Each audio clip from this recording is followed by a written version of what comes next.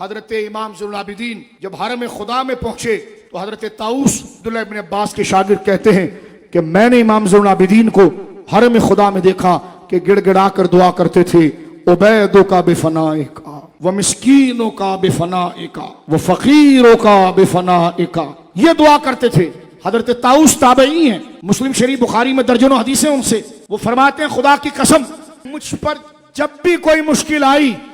میں نے امام زین العابدین کی نقل میں دعا میں یہی جملہ کہا عبیدوں کا بفنائے کا، یا اللہ تیرا چھوٹا سے بندہ تیرے گھر میں آ گیا ہے، وہ مسکینوں کا بفنائے کا، تیرے در کا مسکین بفنائے کا تیرے صحن میں آ گیا ہے، وہ فقیروں کا بفنائے کا، تیرا فقیر بندہ تیرے صحن میں آ گیا ہے۔ حضرت طاؤس کہتے ہیں یہ جملے میرے کان نے امام زین العابدین کو پڑھتے ہوئے دیکھے تھے، میں نے نقل مار لی، اور کہتے ہیں جب بھی مجھ پر مشکل آئی اور میں نے یہ پڑھا دیر نہیں گزری اللہ نے اس مشکل کو دور کر دیا۔